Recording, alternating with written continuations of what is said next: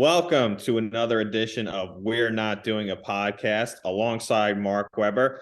I'm Jared Leese. Now, Mark, we're doing a New York podcast. And before we came on, I happened to notice your shirt, and it's actually even noticeable right now. Do you want to show the audience what shirt you're wearing? It's really not New York ties. Tell us behind why you're wearing a Miami Dolphins shirt. Well, Jared, you just gave it away right there. It's not just any Miami Dolphins shirt. It is a chosen Josh Rosen shirt. One of the all-time NFL greats. Yes. One of the all-time great Jewish NFL players as well. Dolphins are a winning team, so sometimes you got to stick with a winner. Well, as long as you're not becoming an actual Dolphins fan, we're in good shape. But I'll always have bad memories for Josh Rosen because going back to the 2018 NFL draft, because of my bias towards us being fellow good Jews, I probably thought Josh Rosen was going to be one of the greatest quarterbacks to ever play in the NFL. So when it comes to future NFL draft advice, Mark, should people follow my advice? Yes or no? No. And that's very frightening because on the show, we probably are going to mention the draft at some points. We mentioned it last week, especially when it comes to the New York Giants. So not the best tease for future episodes. Well, it's definitely not good for me to give advice when it comes to future NFL draft quarterback prospects.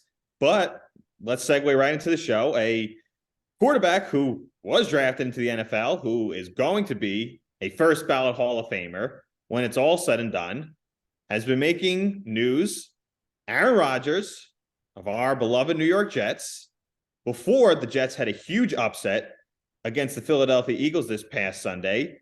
We saw Aaron Rodgers just a month removed from Achilles surgery, walking on the MetLife Stadium turf, no crutches, and he was even throwing a football, putting weight on that left heel that he had the Achilles surgery on.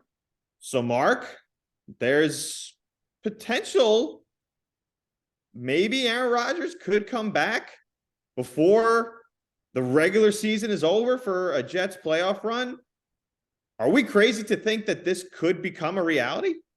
Absolutely crazy. This is a season-ending injury that Aaron Rodgers or any athlete would not be able to come back from.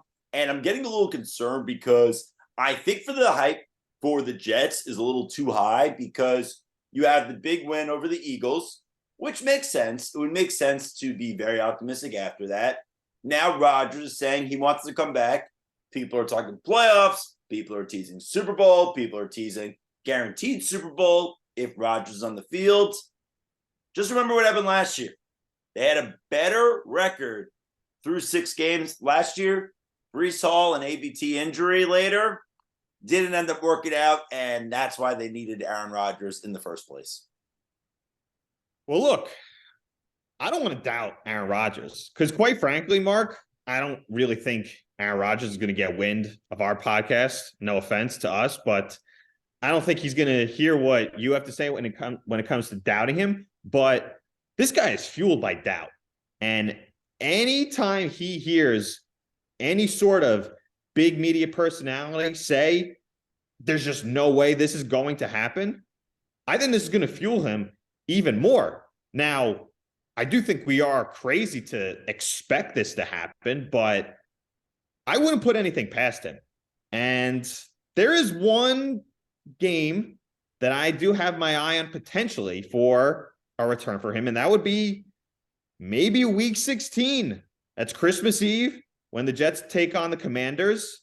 That's in about 2+ months from now. So you're talking a little over 3.5 months since he would have the surgery.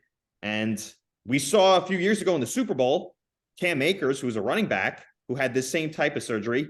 He came back in 5 months. I think Aaron Rodgers, he's trying to be a poster boy for this type of Achilles surgery in which he can return in a record time. And it would be just absolutely incredible to see. Now, to answer that question that I proposed, yes, it's crazy to think that, but we got to at least have something to galvanize more of our excitement because look, right now, this Jets team going into their bye, they're in a pretty good spot. They have a favorable schedule coming out of the bye. And if they could stay afloat until that potential week 16 matchup, the whole outlook of the New York Jets season changes. And it would make us a whole lot more interested to see what could transpire down the road for this Jets season. I think it's also just Aaron Rodgers trying to defy science as it is. Sure. He has some unfortunate views towards vaccines. It's not and unfortunate. This is his way of showing that this is him being above it, showing all of medicine and science incorrect, that the Achilles is not a season ending and that he could play. But I also think it's him seeing what's going on and wanting to be a part of it, because we all talk a lot about how great Aaron Rodgers is. The reality is he has one Super Bowl ring. It's not a knock against him. It's a knock against the Green Bay Packers for only getting one Super Bowl ring with Aaron Rodgers. He wants that Super Bowl ring. After the performance against the Eagles, he has to be looking at this team saying, my goodness, this may be it. This could be the team. I don't think I've ever had a defense that looked like that. So I think that's where his mindset's changing. Unfortunately, he's likely going to have to wait till next year.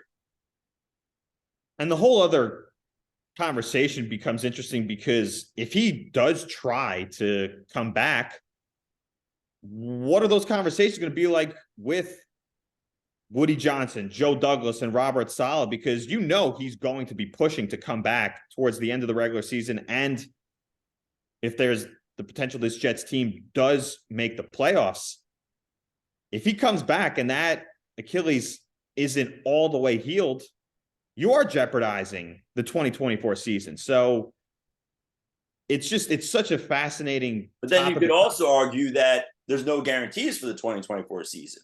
So if the 2023 season does look that special and he can play and Zach Wilson can't throughout the season, it may be worth the risk. I think the risk factor is there for him to play. I just don't know if he'll physically be able to do so because most human beings can't.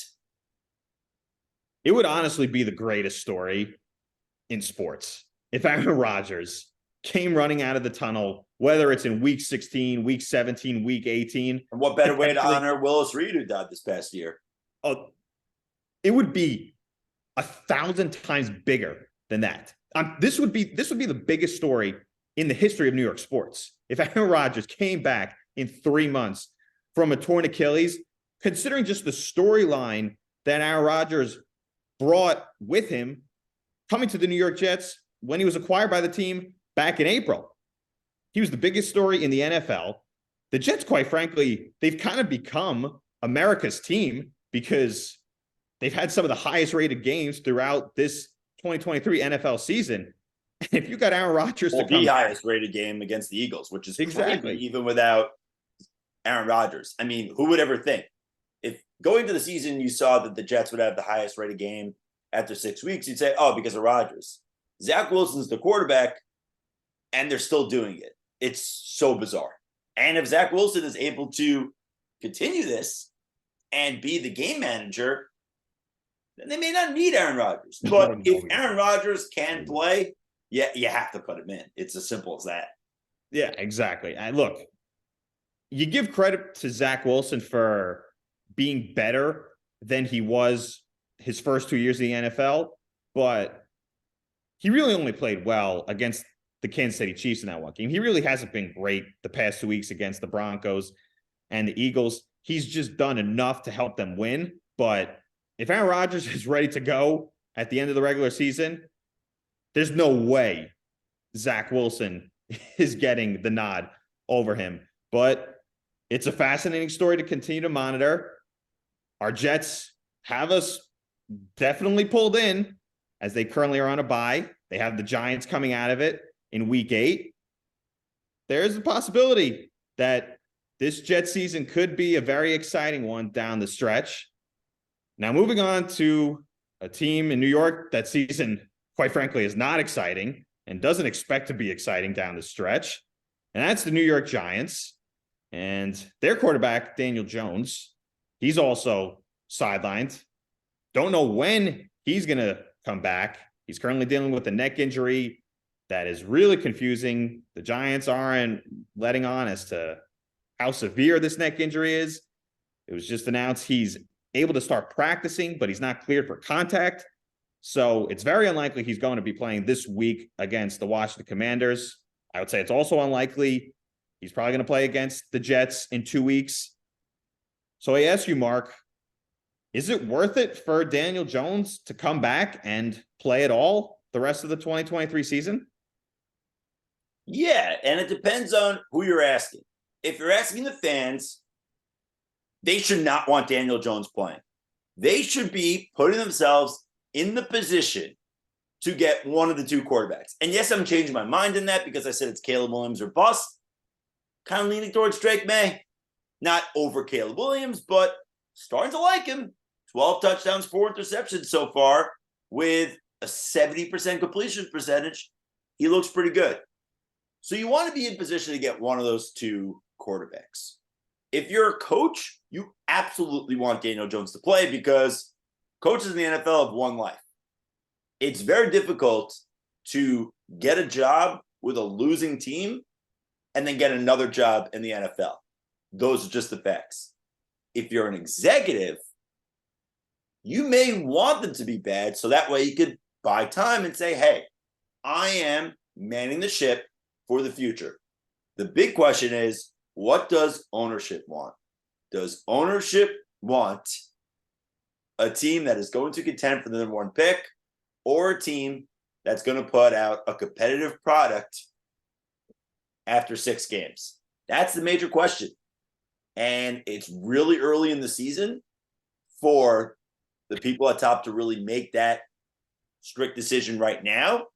And that's what makes it hard. But if you're a Giants fan, and we are, I think, the voice of the fans of this podcast, you absolutely do not want Daniel Jones to play because it could hurt your ability of getting one of these two great quarterbacks and one of them potentially being the best quarterback prospect of all time. Well, when you started talking about the top quarterback prospects in the draft, when it came to Caleb Williams and Drake May, my mind just immediately wandered to another guy. What about Michael Penix Jr.? And the reason I only brought in Michael Penix Jr. is because I'm only thinking about what Desmond Howard had to say on college game day. No big Penix energy for the New York Football Giants. What about him? He could be. Well, if they keep winning, and that is if they have Daniel Jones, Penix energy, they will have a chance of winning. Penix could be a guy. Penix. I feel like no one knows how to really pronounce his last name. It doesn't matter. That could be a guy that the Giants could go for because it looks like he is going to fall at the end of the first round according to most mock drafts. Probably shouldn't, but he is the worst case scenario for if Daniel Jones does play because, listen, the coaches are going to want him out there. He's going to want to be out there. And like we talked about with AaronRodgers, he's their best option as quarterback. So if he's healthy, he is going to play. So if you end up winning some games with Daniel Jones, Penix may be your best option. Look, when it comes to Daniel Jones, if he is able to come back and play this year, sure, why not? But when it comes to the Daniel Jones contract, the Giants can get out of it after next season.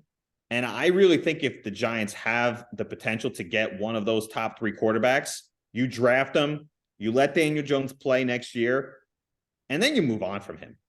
I think we know what Daniel Jones is. And people, quite frankly, just continue to make all sorts of excuses for this guy. I get it. His offensive line is terrible, but it's always something to masquerade just how truly bad I feel Daniel Jones is. I honestly think he's because terrible. Daniel Jones is an average quarterback. And if you're a Jets fan, all you could have dreamt about for years was an average quarterback like Daniel Jones. The problem is when Caleb Williams is in play, you could potentially get someone who is not an average quarterback and be one of the best quarterbacks in the league. There's a list of majority of NFL teams Caleb Williams could probably be their starting quarterback already. And that's just insane. And that's the talent he is. So when he's in play, you're going to want the potential of Caleb Williams over Daniel Jones, who we all know is just an average NFL quarterback, but average is good. Average works. Before Aaron Rodgers, you would take an average quarterback for the Jets, and you know it. You would take Daniel Jones. I've almost feel like I've become a Daniel Jones hater, but I don't even know if he's average. He threw for 15 touchdown passes last season, in which we thought he was great. He's not good. He really isn't that good, Daniel Jones. He's injury prone, and he doesn't throw for many touchdowns, which you have to do in today's modern NFL. And even before last season, he wasn't a winning quarterback. And last year they went 9-7-1. He won a playoff game. I mean, is everyone going to hang their hat on the fact that Daniel Jones won one playoff game? I could go down the list of quarterbacks who have won one playoff games in their career. Tim Tebow, Rex Grossman took a team to a Super Bowl. Nick Foles won a Super Bowl. Daniel Jones, he isn't good. He's not a good quarterback. I think he's even below average. Call me a hater all you want on Daniel Jones, but I really just think that's the way it is with him. So if he's healthy, let him come back this year. You have to have him under contract next year because that's just the way the contract works out. And then after next season, which I feel the Giants did a good job in structuring that deal, they could get out of it very easily. It looks like the Giants are going to have a top 5 pick. They could be in position to draft one of those 3 guys.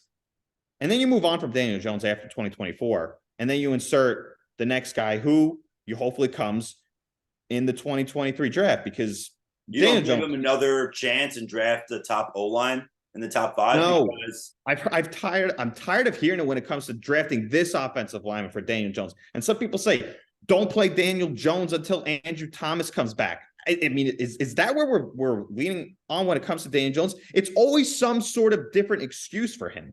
You're not an Olu Fashanu fan from Penn State or Joe Alt fan from Notre Dame, 2 top 5 guys that could be featured and are offensive linemen.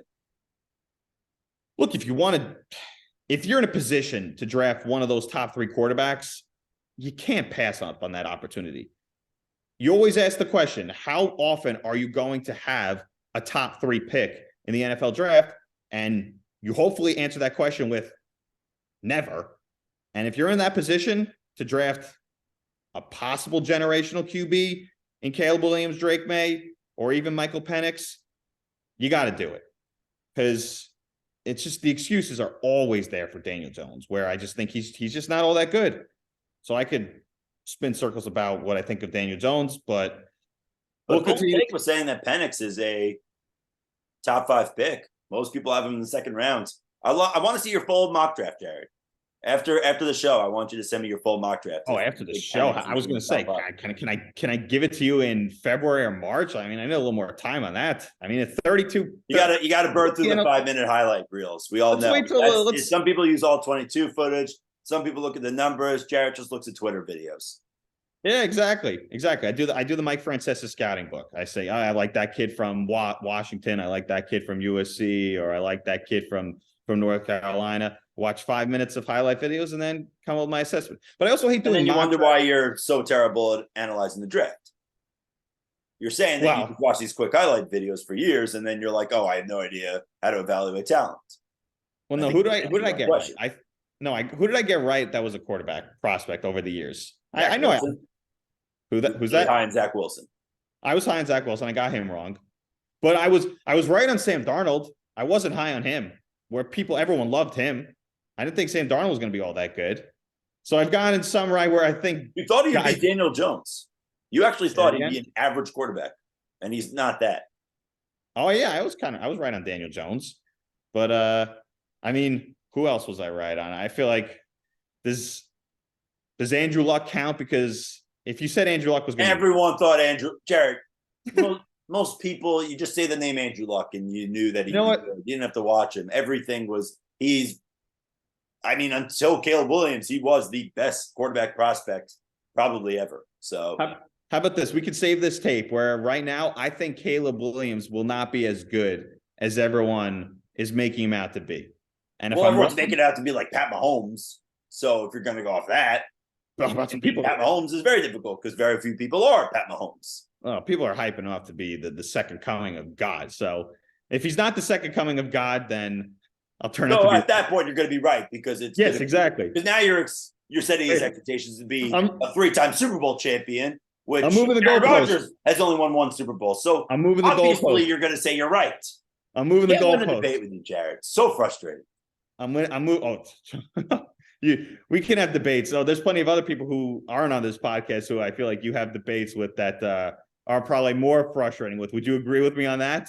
It depends, but with you with the NFL draft with quarterbacks, it's up there. All right. Well, I guess we won't be discussing quarterback prospects anytime soon. Oh no, we will, because it's still fun. Sure. Sounds good. Sounds good to me. But moving on to another sport in which both seasons are done in baseball in New York. That's the New York Mets, and they are still in the search for a manager. And it really, at this point, seems like it's Craig Counsell or bust, because we haven't heard any other names floated around there.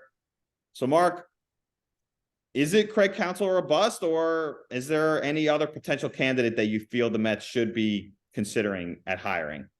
I just want to point out, how badly has social media broke your brain that the playoffs are in the series right before the World Series, the League Championship Series, and you're saying that the Mets are still looking for a manager? Jared, the offseason has not started, and you're already getting impatient for the Mets to find the manager. I'm not getting impatient. It's a search that could go on through January. How broken is your brain already? I mean, I'm just floating the question. I'm not impatient. I'm just floating the question. I'm literally going over the rundown for this show. I'm not being impatient at all. If they want to hire the manager, they're still making their search. Okay. So how do you want me to float the goddamn question? No, you could say that, they don't have a manager for next season. They need a new one. So who do you think is the favorite? Okay.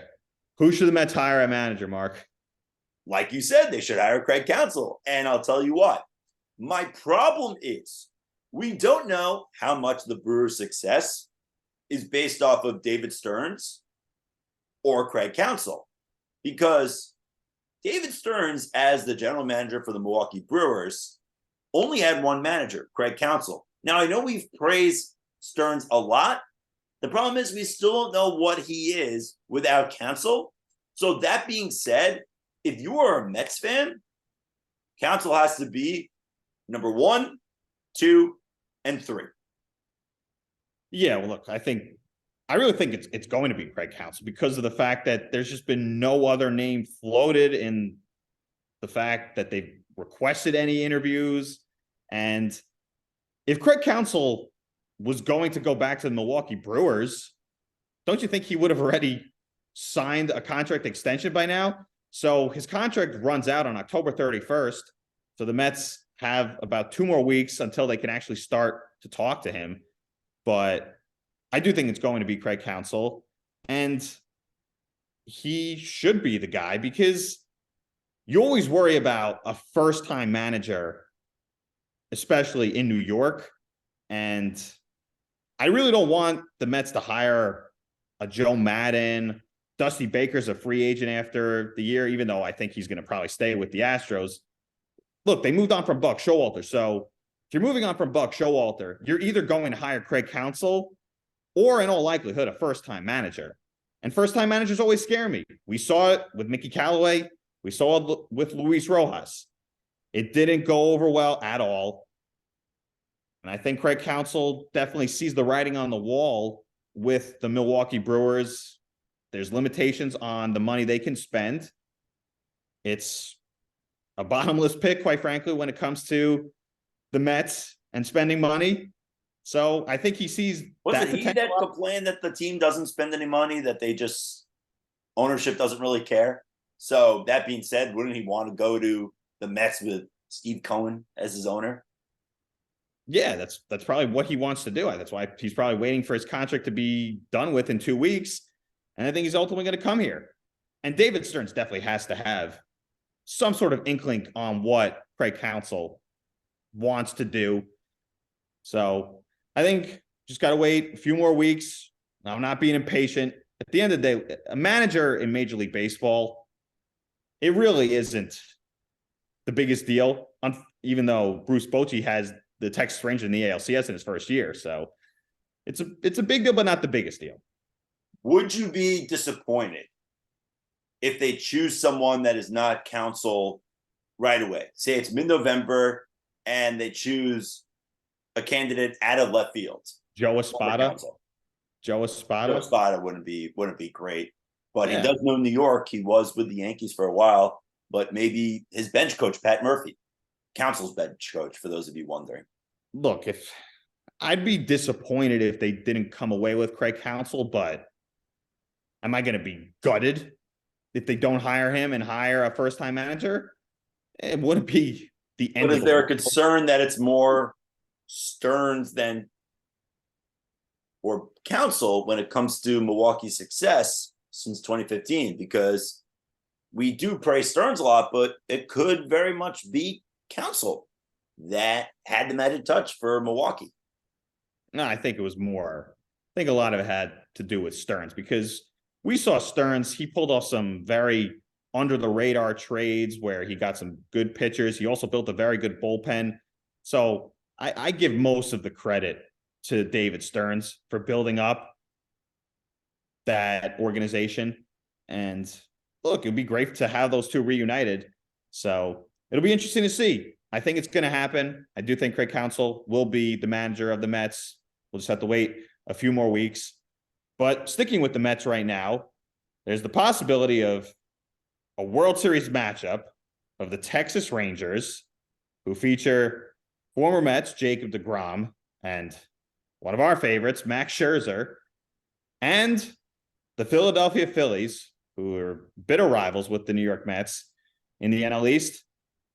So, Mark, what do you think would be the worst case scenario for the Mets? A Phillies World Series championship or a Texas Rangers World Series championship? A lot of Met fans are hating on the Texas Rangers because of Max Scherzer and Jacob deGrom, but wouldn't it be the Phillies? The Mets hate the Phillies, the players and the fan base. If a bunch of former Yankees were on a team and they weren't even playing in the postseason, who would care if they were facing the Boston Red Sox in the World Series? It has to be the Phillies. Anyone that is bitter about the Texas Rangers, grow up. The Philadelphia Phillies are the Mets' problem because they'll hear it forever if the Phillies win another World Series in the near future. Yeah, and quite frankly, I feel like Met fans were rooting for the Texas Rangers before Max Scherzer ultimately came back. And it's just kind of funny because tonight's game 3 of the ALCS, and before we came on, I saw Max Scherzer gave up 3 runs in the first 2 innings against the Houston Astros. So the guy has just been an utter choke in every big game imaginable. So it's just kind of funny and laughable when it comes to Max Scherzer. Thank goodness the Mets decided to move on from him and Justin Verlander and sell off at the trade deadline. Yeah, to answer the question, it's the Phillies because, yeah, like you said, we will never hear the end of it. It's another division rival that would win a World Series in recent memory. The Atlanta Braves won in 3 years. The Braves did it 2 years ago. The Braves won in 2021. Plus, the Phillies have built a team the way Met fans wish they built their team by buying superstars and becoming a really good team with Bryce Harper, Trey Turner, Nick Castellanos. That's the way that the Mets, and also Kyle Schwarber was someone that Met fans wanted for a bit. So they're doing it the way that the Mets wanted to, and they're in their division and they're bitter rivals. So as a Met fan, you cannot want to see the Phillies win the World Series. Well, they're not building the team the way the Mets fans wanted them to. Every Met fan wants the Mets to build the team the way they're currently trying to build the team. They're trying to build up the farm system so where they can have homegrown talent and then supplement it through some big time free agents and some other trades. The way the Phillies have done it, you give them credit because it's worked, but 85% of the time, it usually doesn't work. Look at what the San Diego Padres, they acquired a vast majority of their team through free agency. Most of the time it doesn't work. So you give the Phillies credit for having it work, but that's not the way I want the Mets to build their team. I want them to build it from within and then supplement it through free agency.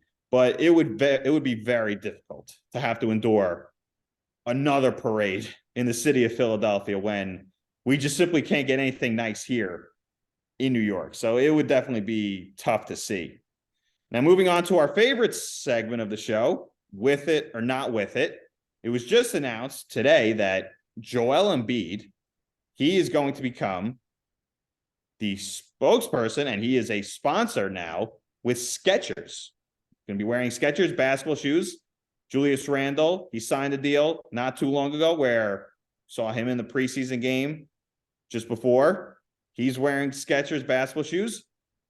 So, Mark, are Skechers shoes with it or not with it? They're not with it because people forget we saw the same thing with Puma 5 years ago. Do you remember when Puma pretty much just bought the 2018 NBA draft? They got Bagley, they got Aiden, they got Michael Porter Jr., and then 2 years later, they got LaMelo Ball. Do you see anyone wearing Puma basketball sneakers? No. Skechers, not with it. Other emerging brands like Hoka and On, they're more with it than Skechers. Embiid's a big deal. They're probably not going to pull off that Adidas run that they had 6-7 years ago. No, Skechers, not with it. But props to them. Well, exactly. Props to them. And what you said, I was going to mention the brands Hoka and Ons. Those shoes, they came out of nowhere and they burst onto the scene. I mean, Hoka was established, I think, in 2009, and they've really just become very popular within the past 2 to 3 years. And they happen to be very cool shoes, but not like the prettiest looking shoes. Look, I think if you start seeing more NBA players wear Skechers, they can become with it. There's always trends that are going on. We saw a huge comeback recently with New Balance. New Balance was very popular many years ago, and that's had a resurgence. Every time there's always different trends, and I think if you do start seeing some more high-profile athletes, high-profile celebrities maybe wear Skechers, they could become with it, and you always want to see different sort of trends. So I'm pulling for Skechers, and it's definitely the shoe amongst the common people in the world. So I definitely I'm pulling for Skechers, and I'm excited to see Joel Embiid and Julius Randle rock Skechers on an NBA court this upcoming season. It'll be cool to see. Yeah, and Skechers being relevant for the first time since they said no to Kanye West after he lost the Adidas deal. So props to Skechers on that one. It created a very funny SNL sketch, but I don't know. I think they're going to need a bigger global star to supplement Joel Embiid than Julius Randle. Randle's a big name in a big city, but do people across the country really care about Julius Randle? Not really. He is a star in the league, but let's be real here. Well, it is good to see Skechers is slowly starting to become Would you buy Skechers because Embiid has Skechers? Are you asking me would I buy them? Yeah. Well, I would have to see more cool Skechers start to come out. Look, I bought a pair of Hokas because you just see more and more people wearing different types of them. It's all about popularity. If you start seeing more and more people wearing Skechers on the streets, particularly running shoes, then sure, I'll go buy myself a pair of Skechers. Why not? I'm always into new trends, as is Mark, but that's all the time we have on We're Not Doing a Podcast. For Mark Weber, this is Jared Lee signing off. Have a good night. We'll see you next week.